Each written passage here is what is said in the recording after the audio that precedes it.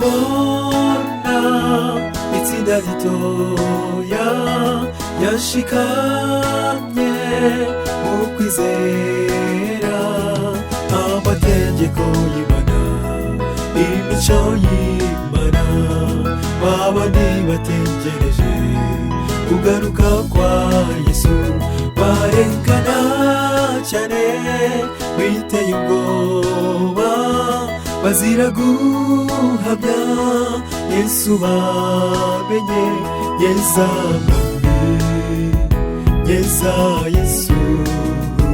yeza nanjye nzabe murabo nzaboneke rwose mubo watoranije nzanesha iyi si n'umwanzi Satani. Icyifuzo cyacu nicyo mwami dushyireho ikimenyetso cyawe Yesu uzaturinda iteka kuruhira ubusa byaba ari agahinda kuririmba ijuru no kuyobora benshi tutazagerayo tube bugufi mwami tuzagera iwawe mureke twisuzume turebe niba dushize Mwuka Wera ni wowe dukeneye utureme bundi bushya maze utweze tuzahagarare tudasizwe n'umwanzi naho twava tuzize kuguhamya mwami twiringiye yuko mu gitondo cy'umuzuko tuzazuka maze tugahindurwa bera dure kukwitegura twambike gukiranuka.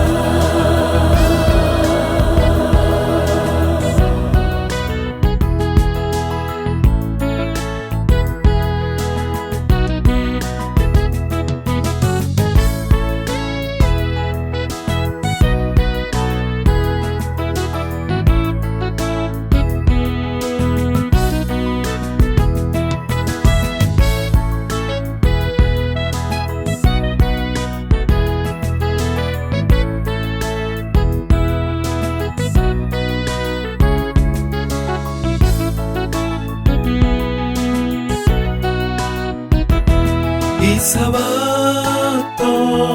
y'Uwiteka yategetse kuruhuka muri iyi minsi ya none yabaye ikizira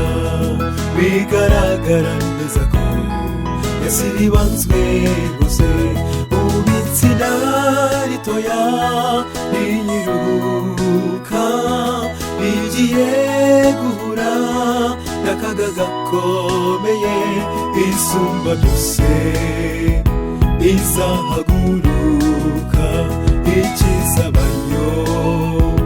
ibarokore nibumva ijwi ryayo ntibinagire namba ukuri wamenye kuvuge witinya. Icyifuzo cyacu nicyo mwami dushyireho ikimenyetso cyawe Yesu uzaturinda iteka kuruhira ubusa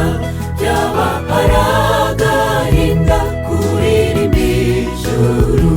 no kuyobora benshi tutazagerayo tube bugufi mwami tuzagera iwawe mureke twisuzume turebe niba dushize Mwuka Wera ni wowe dukeneye utureme bundi bushya maze utweze tuzahagarare tudasizwe n'umwanzi naho twava tuzize kuguhamya mwami twiringiye yuko mu gitondo maze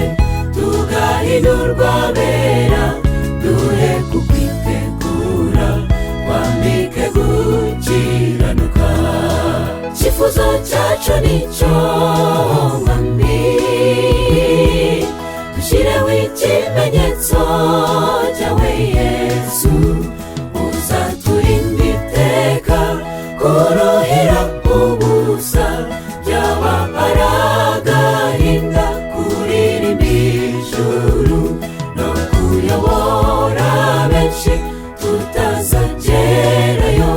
Tube bugufi mwami tuzagera iwawe, mureke twisuzume turebe niba dushize. Mwuka wera ni wowe dukeneye, utureme bundi busha maze utweze, tuzahagarare tudatsinzwe n'umwanzi, naho twapfa tuzize kuguhamya mwami. Twiringiye yuko mu gitondo cy'umuzuko tuzazuka maze tugahindurwa bera,